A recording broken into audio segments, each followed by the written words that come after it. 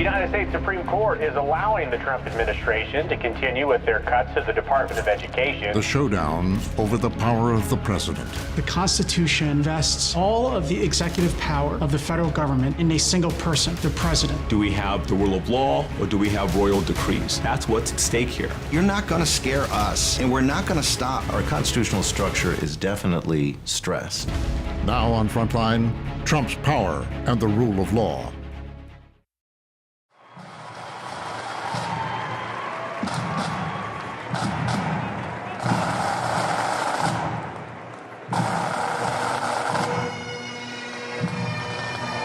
President Trump is at the Capital One Arena for his inauguration parade. He is expected to fire up that packed crowd there. President Trump will sign in the arena in front of cheering crowds a number of executive orders. Norms and institutions are a thing of the past. The wrecking ball is back. And this time, he and his supporters mean business. Things are going to get wrecked because they need to be. Why don't you say what I'm saying? Sure. The first item that President Trump is signing is the rescission of 78 Biden-era executive actions, executive orders, presidential memoranda, and others.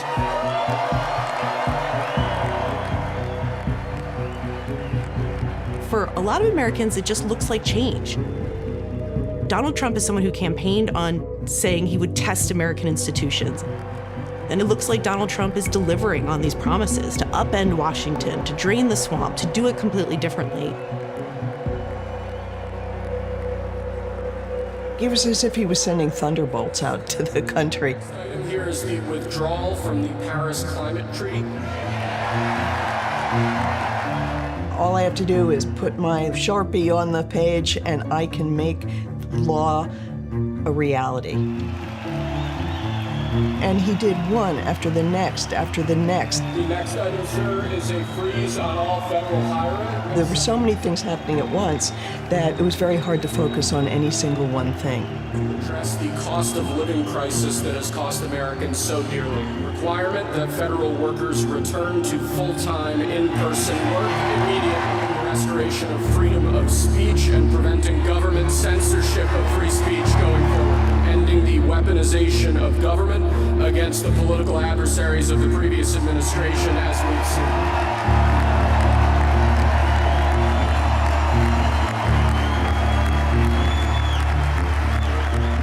That was what Steve Bannon used to call the flood the zone approach to politics. Just drown them in it. Could you imagine Biden doing this? I don't think so. That's President Trump. I mean, he's all about action. You know, all gas, no brake. I want to hit it and just overwhelm the system with action, action, action. That's what we call it, Days of Thunder.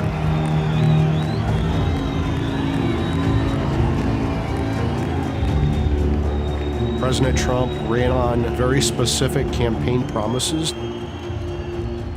He's going to reform our government to make our governments work for real Americans instead of the other way around. He's going to secure our border. He's going to get illegal immigrants, including dangerous terrorists, the hell out of our country.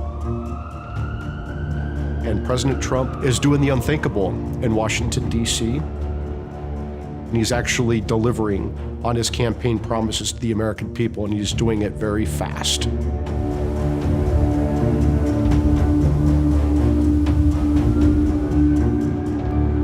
What he's saying in that day is, I'm going to be a man of action. That's a phrase he likes, a man of action. And he's going to do it with the stroke of a pen. We saw a president using his power from the very first moment in very expansive ways to put his fingerprints on all sorts of areas of the government and society. He signed more executive orders on day one than any of his predecessors ever did in their early days. And they stretched the power and the authority of the presidency beyond what any previous president had done.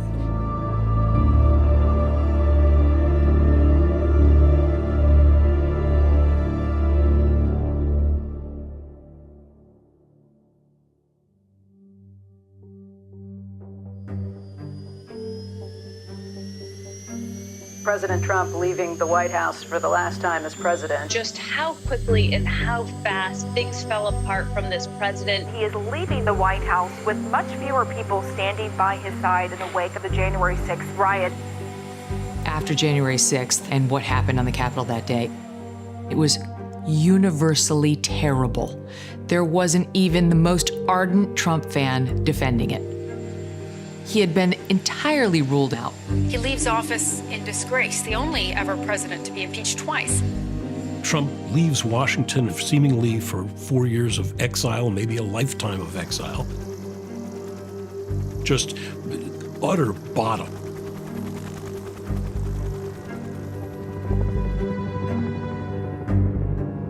After President Trump left in January 2021, your audience should understand that President Trump and the core team around him, we were deplatformed by big tech, we were debanked.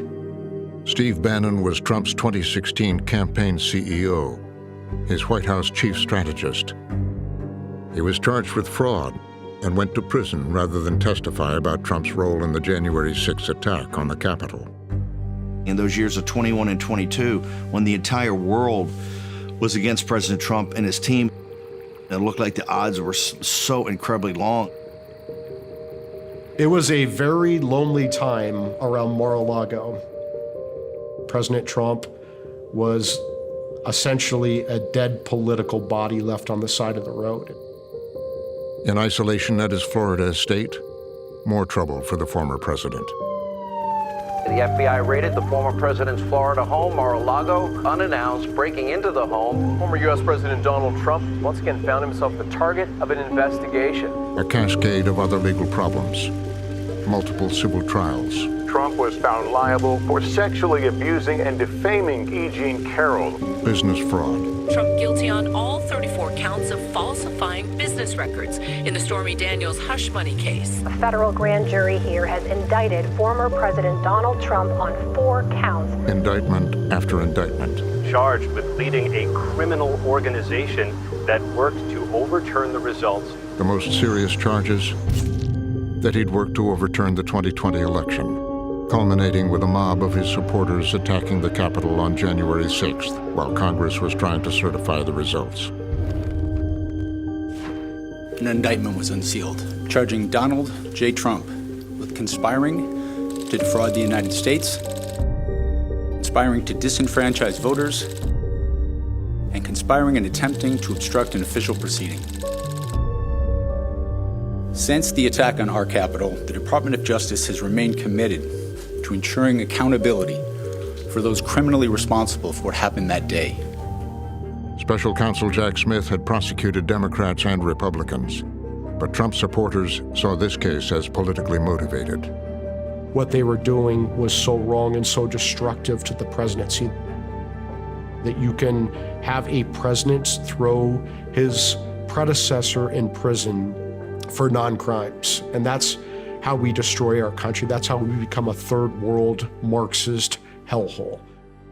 Mike Davis is one of Trump's trusted advisors, known in Trump's circle as the Viceroy, a Washington insider, a former chief counsel to the Senate Judiciary Committee. I was the only person, it seems, who would go on Fox News every day and defend President Trump. We've seen that they have weaponized, they have politicized law enforcement repeatedly to get Trump. I've done over 4,500 media hits supporting and defending President Trump. They have completely politicized the Justice Department. This Justice Department is rotten to the core. A lot of what they're trying to do is recast the narrative of what happened to him during his impeachments, to recast the narrative of what happened on January 6th, to suggest it was a day of peaceful protest and not a violent attack on democracy. I think the public record and the investigations would show otherwise. This is lawless, this is Democrat lawfare, this is election interference. He has presidential immunity for his acts as the President of the United States. Trump has come right up to the edge of saying, you don't get to tell me what the law says, I get to say what the law says. He believes, as he once said, that Article 2 of the Constitution means that he could do whatever he wants. He believes that if the president does it, it can't be illegal. It was a familiar argument. that a president was above the law. It went back more than 50 years to another president dogged by legal problems. So what, in a sense, you're saying is that there are certain situations where the president can decide that it's in the best interest of the nation or something and do something illegal. Well, when the president does it, that means that it is not illegal. By definition. Exactly. If you think back to Richard Nixon's period, people called Richard Nixon an imperial president. He violated the laws and his administration was corrupt. Nixon was accused of weaponizing the FBI and IRS against his political enemies. The country tonight is in the midst of what may be the most serious constitutional crisis in its history. Of covering up the break-in at the Democratic Party's offices at the Watergate complex. What did the president know and when did he know it about the cover-up? And refusing to comply with court orders to turn over Oval Office recordings. President Nixon announced that he will neither appeal nor comply with a federal court order to turn over the Watergate tapes. The news has caused a storm in Washington, and some of Mr. Nixon's most loyal supporters are calling for his resignation. When the Supreme Court weighed in, Nixon relented, turning over the tapes and resigning the presidency in disgrace. The president now at the door. A final wave. After Watergate, there was an effort to reform the presidency and to put some constraints on it. A lot of ethics laws were passed, independent agencies were safeguarded. The whole effort was to fight corruption, to fight tyranny, to make sure that a president didn't become a tyrant. Congress tried to take some power back. One way to think of it is, Gulliver is the president. And then after Watergate, what Congress did is they tried to tie him down, just like the Lilliputians tried to tie down Gulliver. Inspector generals, special counsels, these efforts to reduce the president's ability to control the cabinet agencies. That was an effort to fragment the executive branch. I think that was the mistake, to try to solve the Nixon problem by making the executive branch less effective. Law professor John Yoo has long been an advocate for strong presidential power and a controversial doctrine called the unitary executive theory. It is the idea that the Constitution vests all of the executive power of the federal government in a single person, the president. It was a fringe theory that had been rejected by the Supreme Court. And in those years after Nixon, president after president would find their power constrained. The power of the presidency was probably at its weakest in the post-Watergate years. I don't think it really picked up steam until, the post-9/11 era. 9/11 obviously was a significant event that, required strong executive action. The Twin Towers, the New York landmarks have collapsed and are gone. 9/11. Thousands of Americans dead. A nation in crisis. I can hear you, the rest of the world hears you, and the people who knocked these buildings down will hear all of us soon. A presidential administration wanting to respond forcefully, exercise its power without constraints. We also have to work, though, sort of the dark side, if you will. We've got to spend time in the shadows and in the intelligence world. A lot of what needs to be done here will have to be done quietly, without any discussion, using sources and methods that are available to our intelligence agencies if we're going to be successful. Alexander Hamilton had said, the definition of good government is an energetic executive. You want someone who can act with speed, decisiveness, energy. But you could see the presidency is trying to reassert itself, to break free from these bonds that have been with us since Watergate. John Yoo was at the Justice Department Office of Legal Counsel at the time. The Bush administration relied on you more than any other lawyer in government to justify what they were doing. We are protected from attack only by vigorous action abroad and increased vigilance at home. You is on the extreme of legal debate over presidential power. that the law allowed the president to do extraordinary things after 9/11, including secret rendition to black sites, including torture, including spying on Americans with the NSA. Those things were nearly all repudiated, either by his successors in the Office of Legal Counsel or by courts, who said, that's not legal. But in the years that followed, the Supreme Court was ready to enhance executive power. Justice by justice, the conservatives were taking over the Supreme Court, and the theory of the unitary executive was becoming more widespread.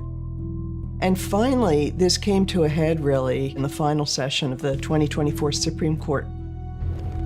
It was that Trump case about his role in trying to overturn the 2020 election. It had gone all the way to the Supreme Court. Trump's lawyers made the Nixon argument. If the president does it, it's not illegal. And in large part, the court agreed. In Trump versus United States, the Supreme Court, with Chief Justice Roberts writing, says the president is the chief of the executive branch, and the president is also in charge of executing the laws. And for this reason, must have immunity from presidents later on prosecuting him or her for those decisions. The president may not be prosecuted for exercising his core constitutional powers. One of the reasons the Chief Justice gives is so that the president can fully run the executive branch without having to worry about his criminal liability or civil liability after. The immunity decision was arguably one of the biggest, if not the biggest, legal victory that Donald Trump has had in his entire time in public life. It essentially spelled the meaningful end of the federal prosecutions of Donald Trump. That immunity decision, you could say that was like the precursor event to Trump 2.0 in almost every respect. It was hugely important. It was the difference between President Trump going to prison versus going back to the White House. It was hugely consequential. It was one of the most important Supreme Court decisions in our history. Trump won the presidency and a get-out-of-jail-free card. He has now been gifted legal immunity. After winning an election, the federal cases all go away. In his hush money case, unconditional discharge covering all 34 counts. No prison time, no fine. Psychologically, it was a big stamp of approval for the sense that the president is kind of above the law. I mean, literally above the law. That's what the immunity decision found. You can't find, he's immune from a normal legal challenge. You got a pretty powerful feeling that you're kind of unconstrained. I, Donald John Trump, do solemnly swear that I will... Now, that sense of power would fuel his presidency. It signals a very different kind of president, and a president who doesn't want to be bound by either the Constitution or statutory law. He believes he has literally unrestricted power. So help me God. So help me God. Congratulations, Mr. President. The strategy is to flood the zone, to overwhelm the opposition and stun people who are used to the legal constitutional order and the rule of law. Donald Trump immediately getting to work with a remarkable show of the use of executive power. We're going to see a president pardoning people who participated in insurrection that he supported. So this is January 6th. These are the hostages. Approximately 1,500 for a pardon. Yes. Full pardon. Full pardon or commutation? Full pardon. He issues pardons and commutations to everybody who had been convicted of crimes in connection with the January 6th attack on the Capitol. We hope they get him. We hope they come out tonight, frankly. He said it was a grave national injustice, in his view, that they had been convicted and prosecuted, and he called them hostages. Peter Keisler, a prominent voice in the conservative legal world, was acting Attorney General for George W. Bush. He has become a critic of President Trump. There's really no way to understand that decision except as an effort to protect people who had committed serious crimes simply because they'd committed those crimes in the course of supporting the president's effort to stay in power. With the stroke of a pen, the legal consequences virtually undone. The largest criminal prosecution in U.S. history is abruptly over.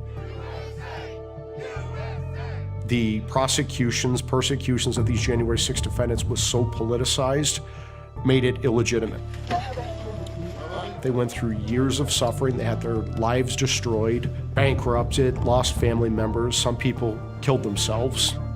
So I have no problem with President Trump pardoning almost all of those January 6 defendants because they've suffered enough.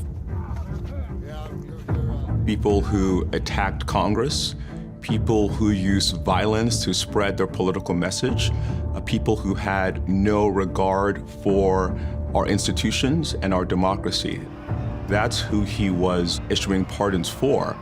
This was a day of violence. This was a day in which 140 police officers were injured, and we cannot rewrite the history of that day. Property was destroyed, people were injured, police officers trying to defend the democratic process died. We stood up against a stolen election. We will be vindicated in the pages of history as patriots and freedom fighters.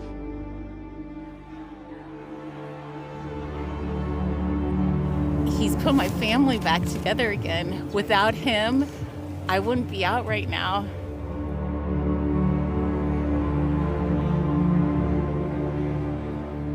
We don't condone violence, but we're also not the insurrectionists here.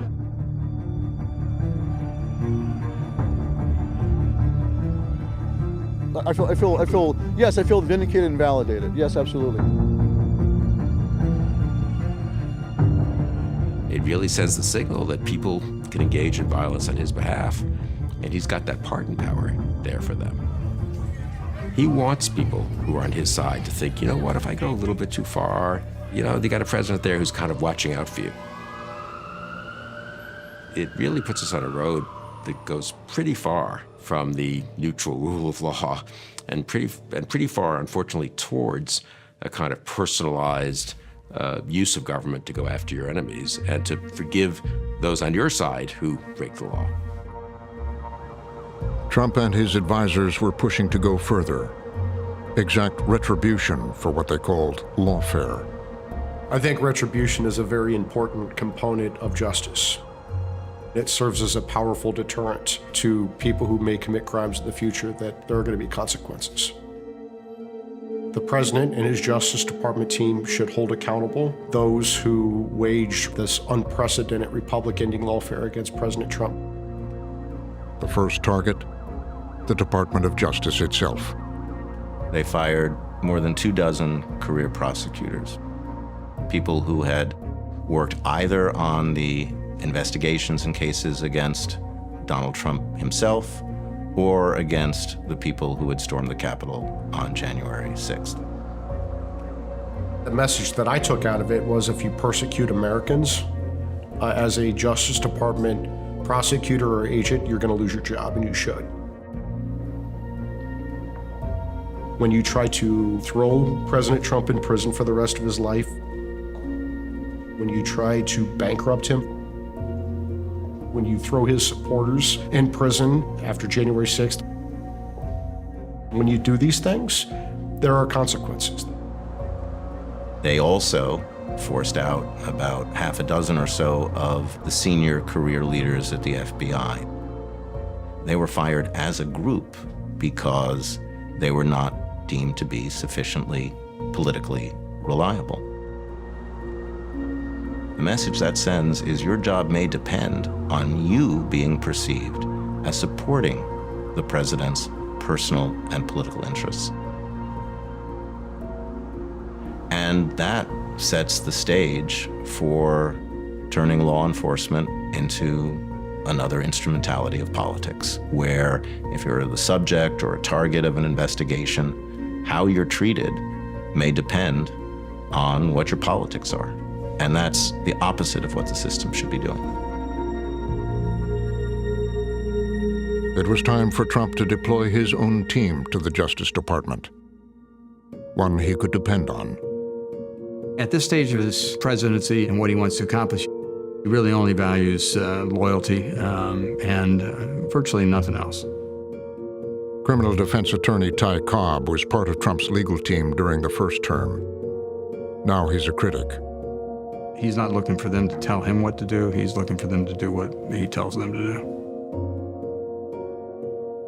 He learned a lot the first time around, I think, in terms of how far he could go. Trump's first attorney general was Jeff Sessions. Sessions was a constant object of his ire, in part because of the recusal without consultation with the White House. I have now decided to recuse myself from any existing or future investigations of any matter relating in any way to the campaigns for President of the United States. Trump saw Sessions' decision as disloyal, not protecting him from a DOJ investigation into Russian interference in the 2016 election. The Justice Department naming the former FBI Director Robert Mueller special counsel to take over the investigation. That rubbed the president the wrong way, and he never got over it. Time and again, during Trump's first term, it was the lawyers who got in his way. There were people in the first Trump administration, the so-called grown-ups in the room, more traditional conservatives, Federalist Society lawyers who were very conservative ideologically, but were also very serious lawyers as well, who were occasionally willing to say no to ideas that they thought were outside the bounds of legitimate legal interpretation or just simply bad ideas, to raise objections, to slow things down. One of the lessons learned for the people who stuck with Trump after the events of January 6th was that one of their mistakes was having too many people like that around the president. And there was a very deliberate effort to vet people to ensure that they would be more in the MAGA mold, more permissive lawyers, people who were not going to be obstacles slowing down ideas coming out of the White House, but accelerators. His new attorney general this time would be Pam Bondi. I think she's going to be as impartial as you can possibly be. I know I'm supposed to say she's going to be totally impartial with respect to Democrats, and I think she will be as impartial as a person can be. I'm not sure if there's a possibility of totally, but she's going to be as total as you can get. They were friends. They've known each other a long time.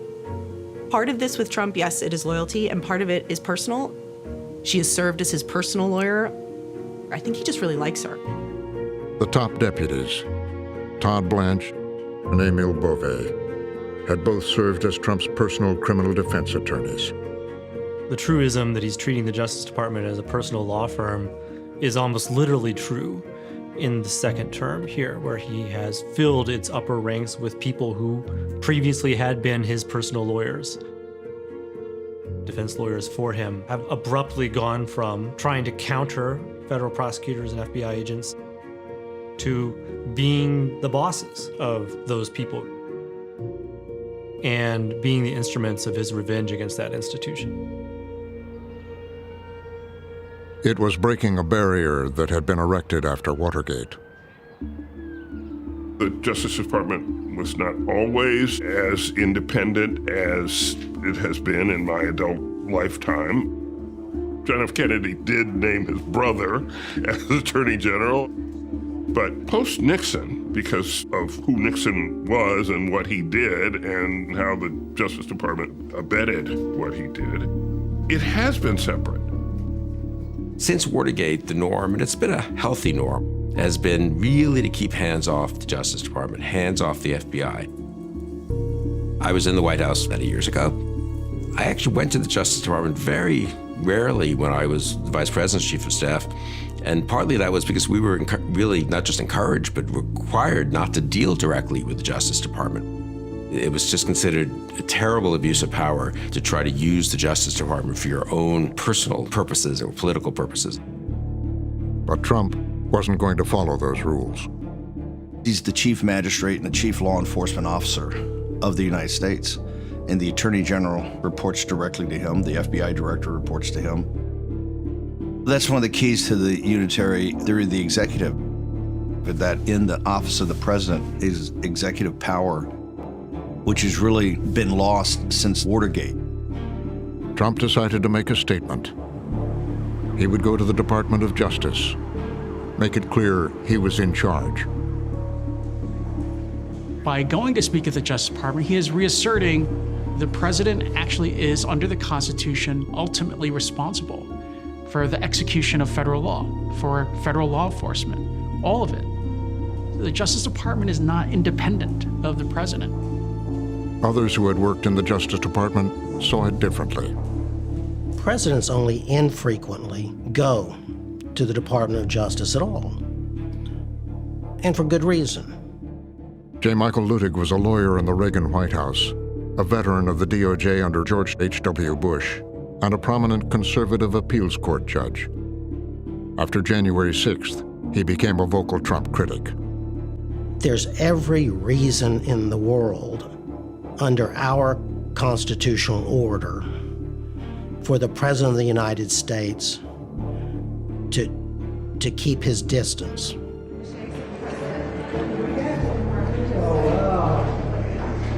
Such a nice person. That's a rough picture. It's a rough picture. The president's political rally at the Department of Justice was reprehensible, and of course, it was unprecedented in all of American history. Ladies and gentlemen, please welcome Attorney General Pamela Bondi. Hi, please be seated. Welcome to the Department of Justice. It is an institution whose goals have uniformly been revered as a place where you try to at least achieve your vision of equal justice, unbiased justice, and depoliticized justice. Bondi didn't even try to talk about those things. And we all work for the greatest president in the history of our country. We are so proud to work at the directive of Donald Trump. It is, he will never. She made it plain that they were all there for him and devoted to him. That's just not the way it's supposed to work. They're supposed to preserve and protect the Constitution, and they're not there to preserve and protect the presidency. During the previous couple of years, while Trump was being prosecuted and convicted for crimes, he must have been seething and just waiting until he could take his revenge, because that's basically what he announced he was going to do when he walked into that Justice Department that day. So now, as the chief law enforcement officer in our country, I will insist upon and demand full and complete accountability for the wrongs and abuses that have occurred. There's a new sheriff in town. The American people elected President Trump back into the White House, and that Justice Department works for President Trump. Unfortunately, in recent years, a corrupt group of hacks and radicals weaponized the vast powers of our intelligence and law enforcement agencies. And there's going to be much needed accountability in his second term. It's a campaign, and it's by the same scum that you have been dealing with for years, like guys like Andrew Weissman. The message, to me at least, was this is going to be the Department of Justice that is basically the right hand of the White House. Andrew Weissman was a federal prosecutor who worked for Robert Mueller investigating Trump and Russian interference in the 2016 election. In the years since, he's become a legal analyst and outspoken Trump critic. If you are thinking about the attack on the rule of law, having a Justice Department that is not making decisions based on the political party or whether you're an opponent or a supporter of the president is absolutely central. There's a guy named Norm Eisen. I don't even know what he looks like. His name is Norm Eisen of Crew. He's been after me for 9 years. He's singling me out as an example. Hey, all you other lawyers, I'm gonna make a target of you as well. Attorney Norm Eisen was a White House counsel under President Obama and helped Democrats build an impeachment case against Trump in 2019. And he filed numerous lawsuits against the Trump administration. His sole life is to get Donald Trump, and he's been vicious and violent. When I see Donald Trump lashing out against the legal profession, I see a loser acting out of rage at the institution, rule of law, that he thinks he's right, is holding him back. They're not legitimate people. They're horrible people. They're scum. It is the unambiguous declaration of an enemies list, people to become the targets of retribution from the federal government under his command. I want these Democrat prosecutors and agents and judges and other operatives to understand there are still going to be severe legal, political, and financial consequences. The only way this will stop is if we give them very severe consequences. Trump expected results and delivered a message directly to Deputy Attorney General Todd Blanche. And the reason I'm saying this, Todd, is I'm only going to get one chance to say this, but these are bad people. When he said Todd, referring to Todd Blanche, who's now the #2 person at the Justice Department, Todd, this is the only chance I'll get. He means Todd Blanche used the Justice Department and the weight of the power of the American government against Norm Eisen. He puts his arm around the Justice Department and essentially recruits them into his mission to take control. And in the kind of Orwellian guise of ending weaponization of the Justice Department, actually weaponizing it. We will bring back faith in our justice system for the citizens. I was shocked beyond words. Even after all that we've seen from the president over the past 8 years, to watch him stand in the Great Hall of the Department of Justice, a sacred place in America,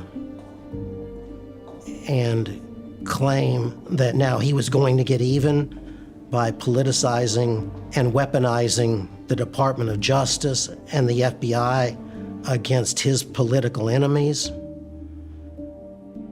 was a travesty in all of American history.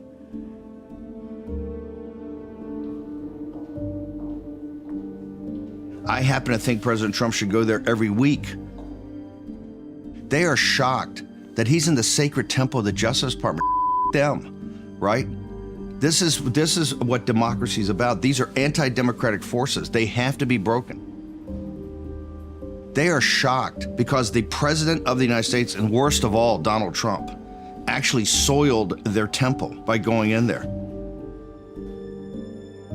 You. He's President of the United States. He's the Chief Magistrate and the Chief Law Enforcement Officer by the Constitution. The message could not have been clearer. Donald Trump is now in charge at Justice. Outside Washington, Trump was also exercising power over the DOJ, targeting its most prominent office in New York City. There are 93 U.S. attorneys across the country, but the Southern District of New York is the most prominent in the country, often called the Sovereign District, because for so long, the Southern District has acted with the kind of independence from main justice in D.C. that other offices have only dreamed of matching. The case, the prosecution of New York City's Democratic mayor, Eric Adams. The charges against Eric Adams were brought by the Southern District of New York. I think it's the first time that there's been a federal indictment against a sitting mayor of New York City, and charged with corruption charges, with bribery, all high profile. And Eric Adams went down to Mar-a-Lago to appeal to Trump, and his lawyers made a case to the new team at the Justice Department that this case was interfering with Eric Adams' ability to help Trump in his mass deportation agenda. And they made a deal. The deal that they came up with was one of the most transparent quid pro quos that you could possibly imagine. We made a deal to drop this prosecution, and in exchange, he's gonna help us. Emil Bove, the acting deputy attorney general, sent a memorandum that the case should be dismissed so that Mayor Adams could help the president achieve his immigration agenda in New York City. The pending prosecution has unduly restricted Mayor Adams' ability to devote full attention and resources to the illegal immigration and violent crime. Now that's as nakedly political a rationale as you could imagine. What it says is that because Mayor Adams has said he's supporting the president's immigration agenda, he doesn't get prosecuted. But presumably, if he had been an opponent of the president's immigration agenda, he would have been prosecuted. Bove's memo went straight to the desk of acting U.S. Attorney Danielle Sassoon. Danielle Sassoon, who had been appointed by Trump, a conservative attorney, member of the Federalist Society, clerked for Supreme Court Justice Scalia. She tried to convince DOJ, appealing directly and sort of going around Bove to Bondi and saying, this is not how criminal law should be used. The reasons advanced by Mr. Bove for dismissing the indictment are not ones I can in good faith defend. That's when the issue catapulted into national prominence. It's when conservative lawyers and the Department of Justice objected to this because they knew what this was. They knew this was a quid pro quo, and that was deeply unethical. Because the law does not support a dismissal, I cannot agree to seek a dismissal driven by improper considerations. Very truly yours, Danielle R. Sassoon. Danielle Sassoon was not the kind of person who you would have thought was going to stand up to Donald Trump, at least not politically. But she believed in the rule of law, and she saw this as a corruption, and she said, I want no part of it. Bondi refused to even meet with Sassoon. In her letter, Danielle had said, if you're not going to meet with me, if you're not going to reconsider this, then I will resign. She then got a letter from Bove, which said, okay, I accept your resignation.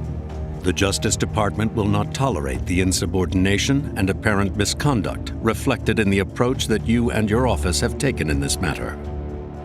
I would say to Danielle Sassoon and the others that they work for the Deputy Attorney General, who works for the Attorney General, who works for the President, who's elected by all Americans. And if you don't like that, then get out of the Justice Department. And many would. Nearly a dozen prosecutors in New York and Washington resigned or were forced out. People in the Department of Justice don't just up and resign. When you resign, it's because it's either, in your view, amoral or it's a quid pro quo that you think is illegal. And that is the reason that you saw so many career people, including conservatives, say, I can't stomach this. Upheaval in the Justice Department. A showdown between the Trump administration and its own Justice Department prosecutors.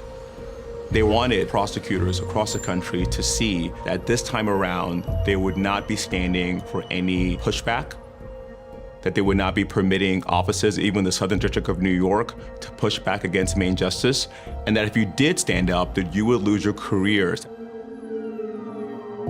It's all about sending the chilling effect across the department and across the country. That sweeping federal corruption case against New York City Mayor Eric Adams is now officially dead. Mayor Adams denied there'd been a quid pro quo or that he'd done anything wrong. But regardless of guilt or innocence, for the advocates of the unitary executive, Trump's decision was well within his power. I think the criticism of Trump deciding not to prosecute Adams is way overblown. The president and the Justice Department have the right to choose who to prosecute and not to prosecute. The president says, don't prosecute this person. That is not illegal or unconstitutional. That's certainly constitutional. And presidents can do it for reasons that don't have to do with guilt or innocence. The message out there to the public is, even if you've committed a serious crime, if you support the administration politically, you can get off. If you haven't, we'll throw the book at you, but if you've supported the administration politically, you may get off. It sends that message to the public at large. From now on, there is no concept of an independent law enforcement function in this country. It exists purely to carry out the personal will of the president. The era that began with the disgrace of Richard Nixon and the forcing from office of a president who sought to use the machinery of government on his own behalf, that era is over very definitively. Trump's transformation of the government and his use of presidential power would be far-reaching. When Trump came into power, he was surrounded by ideologues who have been nursing these theories for quite some time that are really quite extreme. One of the principal ones is a man named Russell Vought. He is someone who is a self-described Christian nationalist who has been around Washington for a long time. He's seen how government works. And he has an idea of really kind of radical changes he wants to implement. And he's someone who knows how to do it. My belief is that the president has to move executively as fast and as aggressively as possible with a radical constitutional perspective to be able to dismantle that bureaucracy in their power centers. Before the election, Vought laid out his vision in a chapter he wrote for the Heritage Foundation's Project 2025, a blueprint for Trump's return. The great challenge confronting a conservative president is the existential need for aggressive use of the vast powers of the executive branch. He told us quite explicitly he wants to search out for pockets of independence from presidential control and stamp them out. He's made no secret of the fact that he wants to wrest for the presidency more power over spending decisions away from Congress. Trump and people around him understand what we have to do to get back to a constitutional republic. We're going after the infrastructure and the plumbing and the wiring of the whole system. We are not going to quit. We're not going to surrender. We're not going to take our foot off the gas pedal. Now, with Russell Vought the head of the powerful Office of Management and Budget, Trump would take on departments Congress had authorized and funded, starting with the agency that handled foreign aid, USAID. President Donald Trump is calling for USAID to be shut down, calling the organization that delivers aid to people around the world corrupt. Many people see as frivolous, if not outright wasteful spending. Shutdown of USAID could mean less medicine for the sick and less food for starving families, including babies. This is a power grab. You're watching the presidency turned into something much more imperial than we've seen for a very long time and maybe ever. The Trump administration's efforts to reshape the federal government and its workforce. USAID's workforce will be whittled down from about 14,000 employees to fewer than 300, a 98% cut. Large chunks of USAID employees were placed on administrative leave and cut off from agency email systems and other databases. We had hundreds of millions, if not billions of dollars in play around the world in ongoing programs, all came to a dead stop. Paul Martin, USAID's Inspector General, had spent decades in government, but had never seen anything like this. People have dedicated their lives trying to make a difference at USAID. And to sort of overnight, without any engagement, without any warning, it was a massive shock to the system. Hundreds of workers at USAID are cleaning out their desks. An emotional exodus at the former headquarters of USAID. Recently fired federal workers were given just 15 minutes to clear out their desks. I do think that USAID was the canary in the coal mine. The speed and the rapidity at which this occurred was pretty breathtaking. A senior official at USAID called it a mafia-like takeover. It's less than 1% of the federal budget. The fact that this was the very first agency they chose to target and force underscores that this is not a cost-cutting exercise. It's an exercise in power. It was a classic demonstration execution. We'll kill one federal agency in order to terrify thousands of others. When Congress establishes an agency by law, that's not optional. That's a law, and the agency exists and then has to discharge the responsibilities that Congress has given it. So when the president tries just to shut down an agency that has statutory responsibilities, that will in many cases be inconsistent with the law. What's the point of having the authority to enact laws, which is Congress's big power, if the president can then disregard whatever they enact? Go back to the unitary theory of the executive. The President of the United States, as chief executive, has the ability to make personnel decisions and to fire anybody. You don't have permanent employment in the federal government. USAID was a perfect political target from their point of view. A lot of Americans don't feel all that aggrieved by that. And so, yeah, it was a test case and wanted to see how far he could go. As he cleared the ranks at USAID, there was one more target, the agency's independent watchdog. I too received a 2-sentence email thanking me for my service, but dismissing me as Inspector General. Dear Paul, on behalf of President Donald J. Trump, I am writing to inform you that your position as Inspector General is terminated effective immediately. Thank you for your service. No explanation, no 30-day notice, no reasons. It seems pretty clear a violation of the law. You can fire inspectors general, but you have to notify the Senate. You have to give 30 days notice. He was like, yeah, I'm not going to do that. From agencies all over Washington, 17 other inspectors general were purged. The Inspector General community has been a concept created by Congress to help Congress and the administration conduct meaningful, effective oversight of federal taxpayer spending in executive branch agencies. We are Congress's eyes and ears. When you dismiss 17 inspector generals, you've turned the system on its head. The role of Inspector General was created by Congress. It is a response to the Watergate scandal. And often Congress will ask IG offices to conduct investigations that Congress doesn't have the staff or the power or the ability to do because they're not housed inside these agencies. So firing the IGs isn't just about creating a less transparent government, but also really cuts off a channel to Congress. These inspector generals are a great example of these Watergate reforms that tried to chip away at the unitary executive. If the president can't fire them, then they don't have to listen to the president. They don't have to take orders or direction from the president. And that, I think, is really an affront to the idea of a unitary executive. What he's doing is systematically removing any instrument of independent accountability in the government. If Congress was healthy at all, it should rise up and say, our creations, we're going to protect our creations. There really is no dissent, certainly within the Republican Party, which is what controls Washington.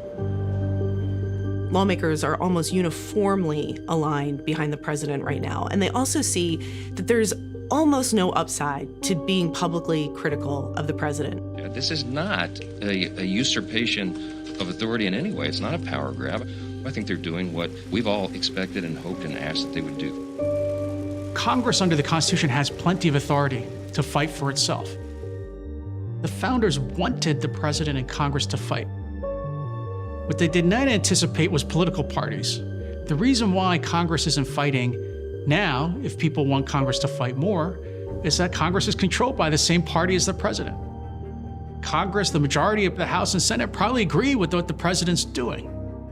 President Donald Trump is delivering on his promise to shake up the status quo in Washington. I think all of us believe that we want to be good partners in making sure that the agenda that he campaigned on, and which the American people voted for, is accomplished and delivered on. The fact that the Congress of the United States is silent is unforgivable. The system created under the Constitution was one of separated powers under which each branch serves as a check and balance on the other branches. Right now in America, one could not say that we have the separation of powers that was envisioned by our founders. and written into the Constitution of the United States.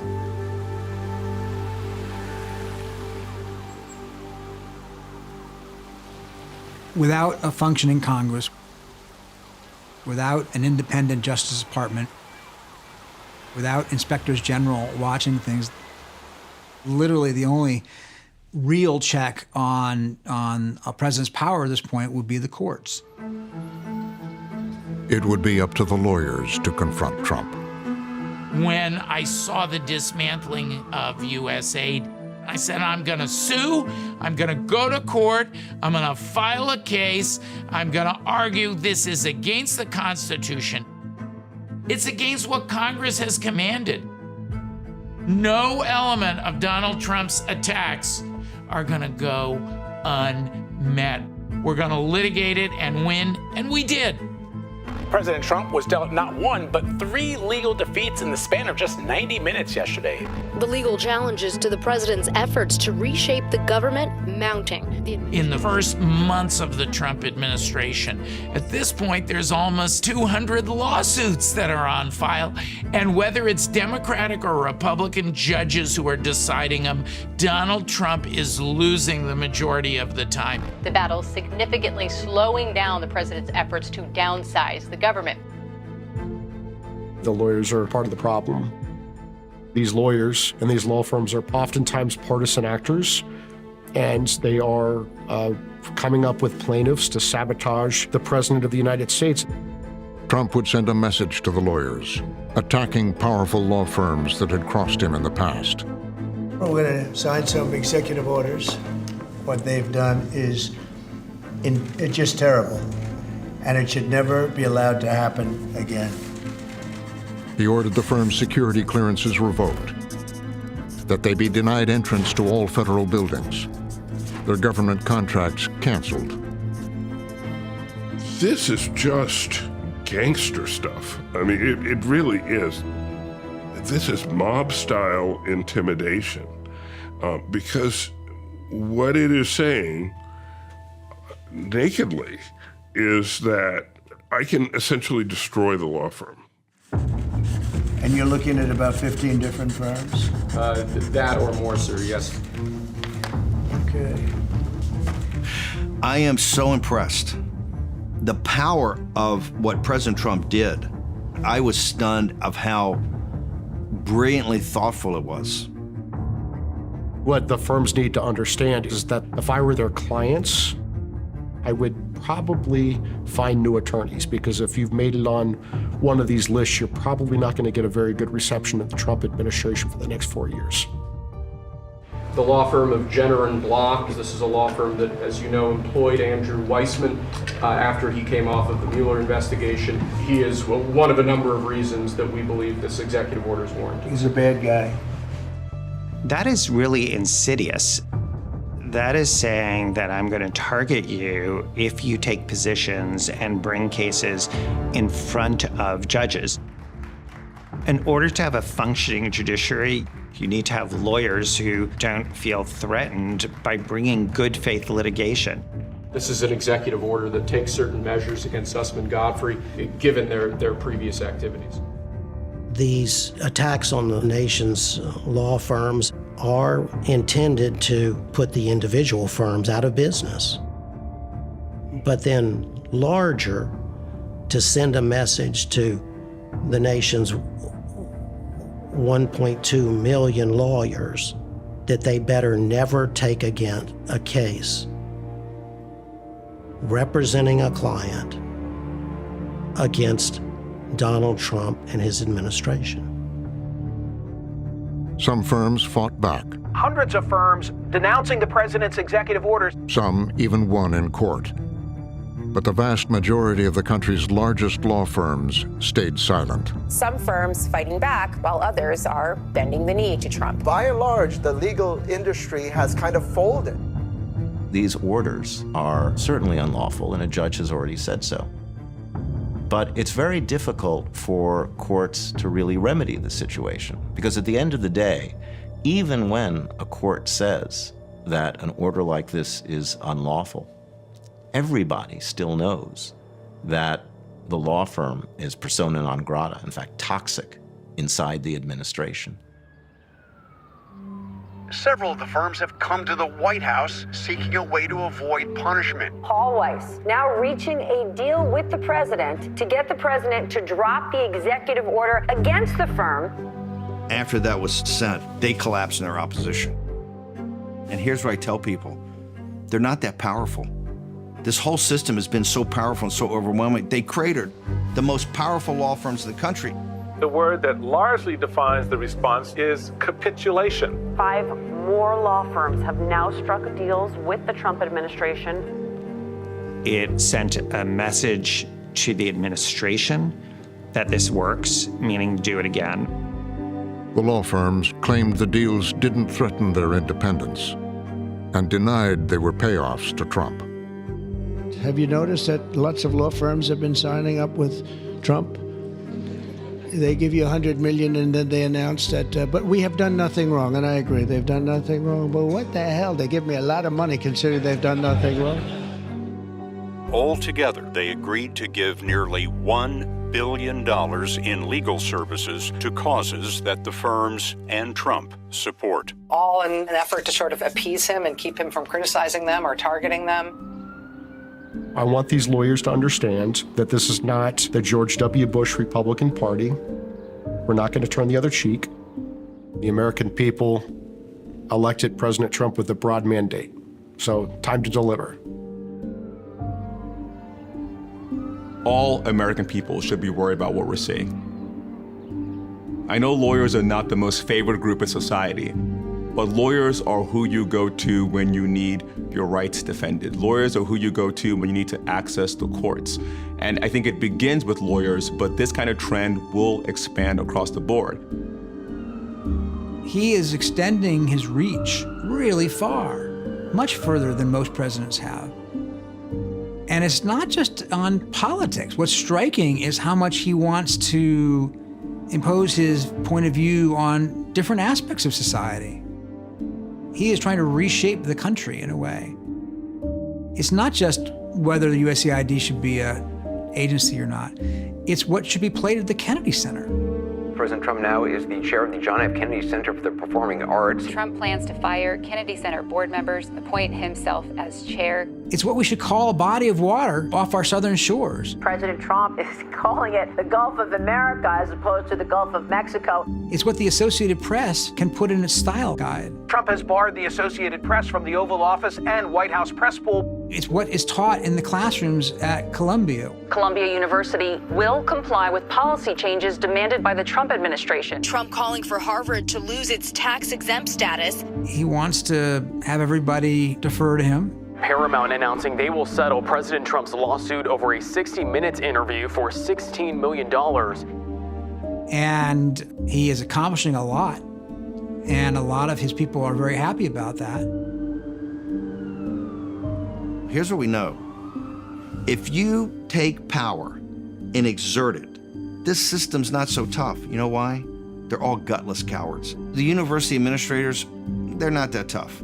The big law firms, they're not that tough. The media, look who's cratered. How many times, look how they're settling with Trump.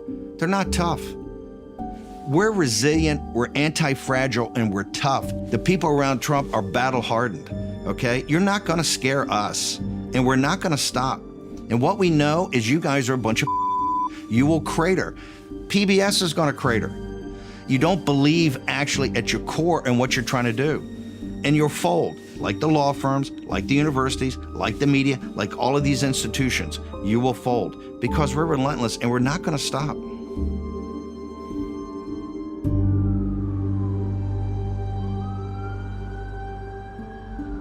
PBS and NPR sued Trump over his attempts to defund them.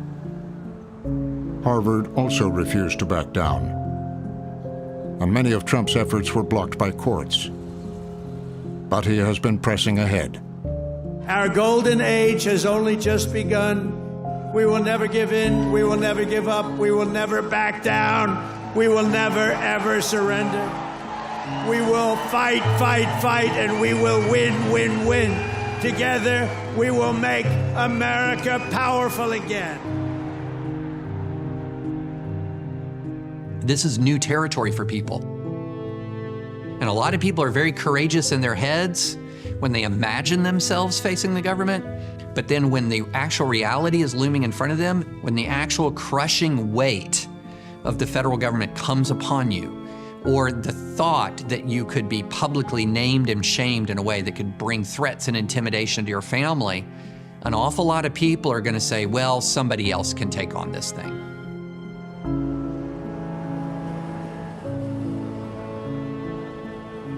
I've lived in Washington my whole life. I've never seen people in Washington scared the way they are now. I've never seen people in Washington as scared as they are now. They are scared to talk. They are scared to pop their head up. They are scared to be noticed. They don't want to be on his radar screen because they fear that he will use his power against them. When I call people to talk to them and quote them in a story, they say, hey, I can't be on the record anymore. I have a kid who works in the government. I have a brother who has a federal grant. My law firm doesn't want me to talk. I'm scared, they say. I don't want to be prosecuted. I've never seen that before in Washington. It's never been a situation where adversaries of the president, Democrat or Republican, felt afraid in the same way we're seeing now across the board to speak their mind.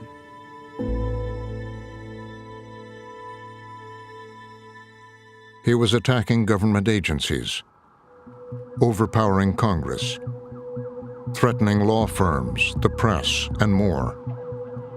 Trump's far-reaching use of presidential power was leading to confrontation with the Supreme Court. I think the administration is seeking an opportunity to create a constitutional crisis. And by that I mean a crisis to test the scope of the judicial power to control the executive. That's why the attack on the rule of law is really Trump's focus now. Trump's test case, an unprecedented campaign against illegal immigration. A massive immigration enforcement crackdown has led to hundreds of arrests in a matter of days. The administration claimed it was targeting violent gangs and criminals. You had President Trump rounding up international gangbangers.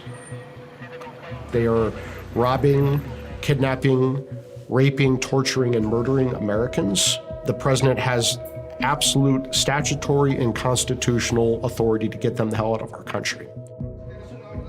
But many others were being swept up too. Immigrants with legal status or no criminal history are also being detained and deported. Many of the deported men lack criminal records in the United States, according to ICE. The families of some of those men deported say not all of them are gang members. How do you know that this person in front of you actually is a gang member? What if they say they're not?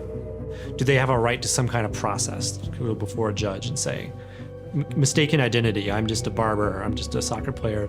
This tattoo you say is a gang tattoo is just my favorite team. What's your proof?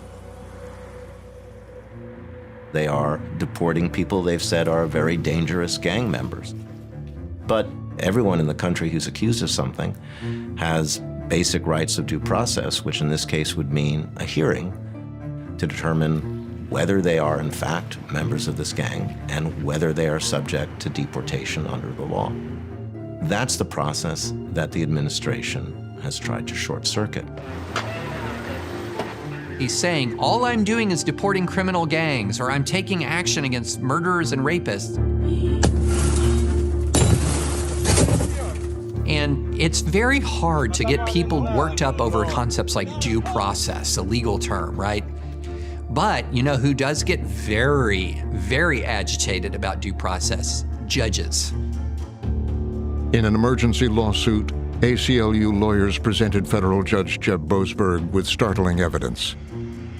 The government was racing to deport alleged gang members to a notorious prison in El Salvador without any judicial review.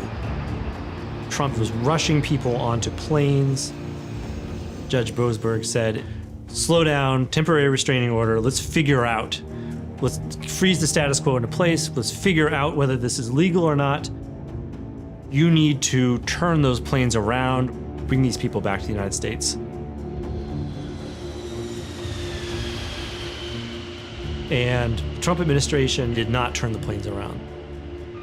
He handed more than 100 people off to a prison in El Salvador. So that raises the question, not only was this legal to do in the first place, but did they violate a court order? That was an extraordinary act.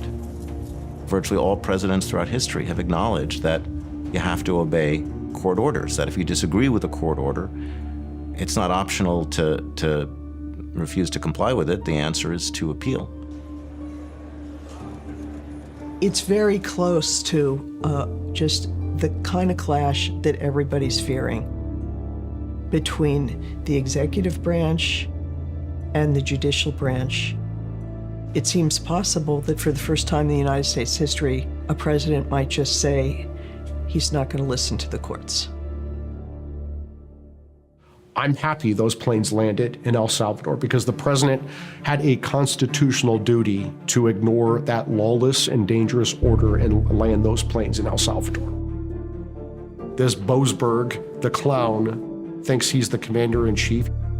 He thinks he can order the president to turn around military planes carrying terrorists.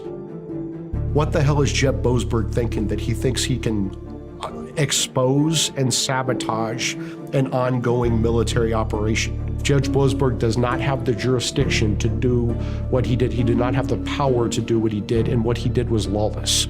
The judge in this case is essentially trying to say that the president doesn't have the executive authority to deport foreign terrorists from our American soil. Judge Boasberg fired back, ruling there was probable cause the administration was guilty of criminal contempt. And Boasberg wasn't alone. The immigration standoff is heating up between the Trump administration and the courts. Court after court, ruling against Trump. U.S. District Judge Brian Murphy ruled the U.S. government must retain custody of migrants. Challenging the deportations. A federal judge appointed by President Trump blocked the administration from summarily removing migrants in South Texas. Finding the administration was violating people's due process rights. A federal judge says the Trump administration violated a court order for again sending migrants to a country they're not from without due process. The Trump administration is now formally complying with the Supreme Court order to bring back Abrego Garcia. This is a victory for due process. It's a victory for the Constitution.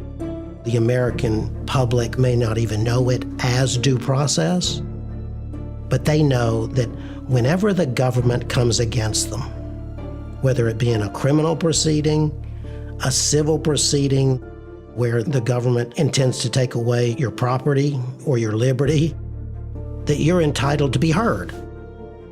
The Trump administration does not want to give those people the opportunity simply to make their case to the federal government that they're not members of the gang at all. That's about as rudimentary and fundamental to America as anything that I can conceive of. Despite the challenges, Trump and his team haven't let up. And the question should be, why is a judge trying to protect terrorists who have invaded our country over American citizens? The broadest theme that arises from it is a White House that is unafraid to provoke legal challenges and enjoys the fight as an end to itself, is not embarrassed by the prospect that it might be accused of doing something illegal, but revels in it. We're not stopping. I don't care what the judges think. I don't care what the left thinks. We're coming. I deplore the rhetoric that suggests that anyone in the government doesn't have to follow the Constitution or the laws or obey court orders. I think it would be a dangerous path for our country if any president starts saying they're going to act outside the Constitution. And so I hope it's just careless rhetoric. We have bad judges. We have very bad judges, and these are judges that shouldn't be allowed. I think at a certain point you have to start looking at what do you do when you have a rogue judge. The Trump administration is escalating its fight with federal judges. Trump suggested that the judges, including one he appointed, were backroom hustlers. He went after the Federalist Society, a longtime ally that had helped him select judicial appointments.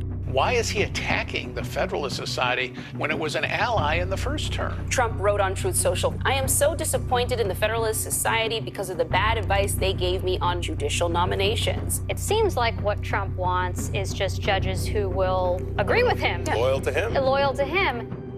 You have to think that it's a knowing effort on the part of Trump to delegitimize the power of the judiciary. I mean, what he's basically also saying is that there is no such thing as neutral law or principled law. It's all just politics. And that's basically Trump's view of judges. This radical left lunatic of a judge, a troublemaker and agitator, was not elected president. This judge should be impeached. This is unequivocally, indisputably, an attack by the president on the independence of the federal judiciary, pure and simple. Amidst the attacks, Supreme Court Chief Justice John Roberts issued an extraordinary rebuke to the president. Impeachment is not an appropriate response to disagreement concerning a judicial decision. The normal appellate review process exists for that purpose. Even Chief Justice John Roberts, who doesn't enter the political fray very often, felt compelled within hours to put out his own statement saying, you don't agree with this ruling, you go to the appeals court. You don't like the appeals court, you come to me, the Supreme Court, and we'll deal with it. What he did there was lay down a marker. Because what he said is, this isn't about Judge Boasberg. It's not about a rogue judge the way the president would like it to be. It's about the whole system. And Roberts took that arrow for himself. He was saying, it's about us. It's about the system. And do you respect the system? Justice Roberts needs to remember that he is a federal judge. He's not a politician. And when judges take off their judicial robes and climb into the political arena and throw political punches, they can expect political counterpunches. And so it's probably not a good idea for judges to make political statements like he does. Now, Chief Justice Roberts, who had written that pivotal presidential immunity decision a year before, is the face of a court at a crossroads. It's a little bit hard to reconcile Justice Roberts, who has claimed to stand for the balance of powers in our system, with the same man who wrote this decision granting Donald Trump sweeping unfettered power. And now it seems to me that with many of these actions that Trump is undertaking, he's seeking to test the Supreme Court. Did you really mean it? The last democratic institution that remains between us and the precipice of a constitutional crisis is the Supreme Court. There have been more than 300 lawsuits filed against the Trump administration since he took office. All the big cases are going to end up in front of the Supreme Court eventually. These legal challenges are making their way to the appellate process. Some will land in the Supreme Court. Chief Justice Roberts is on the hot seat because the judiciary doesn't have the powers of the purse and it doesn't have an army. So the only thing it has is its own legitimacy. And so they don't want to be in a position where they make a decision and Trump defies it, because then it makes them look like a paper tiger. So it's a tight spot. What happens if there's a definitive ruling and Trump just decides, I don't care?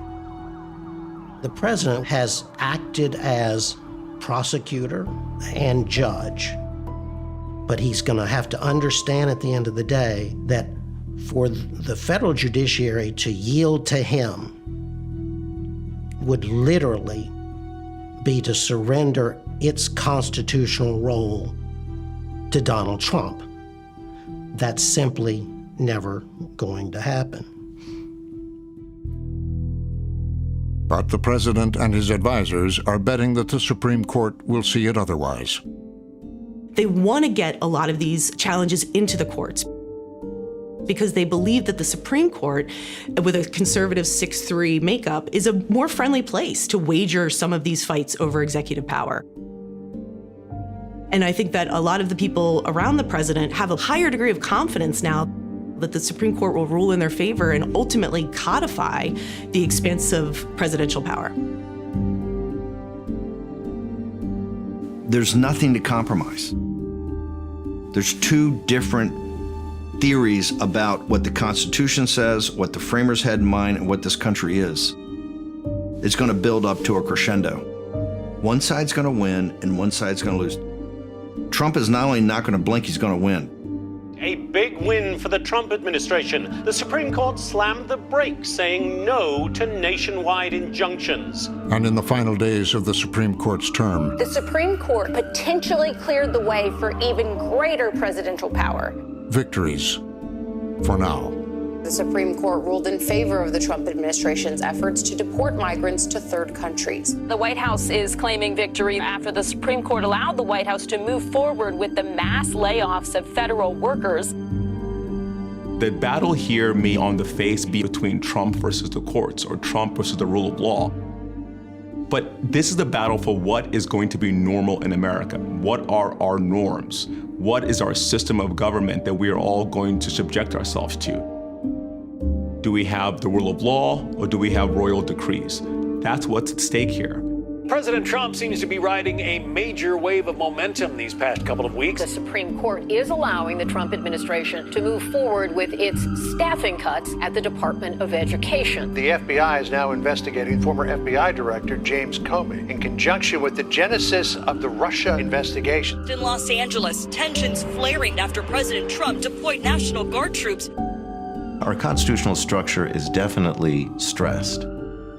And how it emerges from that will really depend on how the public understands and reacts to what's going on. Ultimately, we're a democracy, and our government is never going to be much better or much worse than what people want it to be. So I think ultimately the question is, how does the country decide to understand what it sees happening around it, and how does it react to that?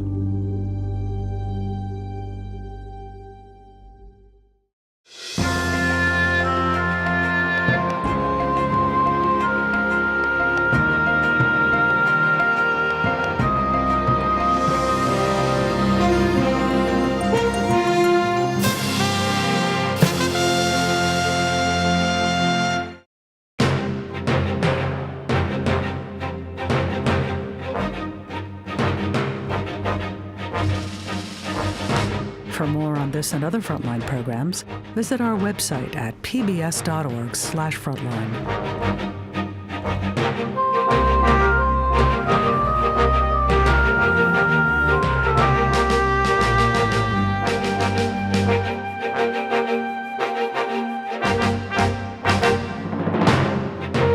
Frontline's Trump's Power and the Rule of Law is available on Amazon Prime Video.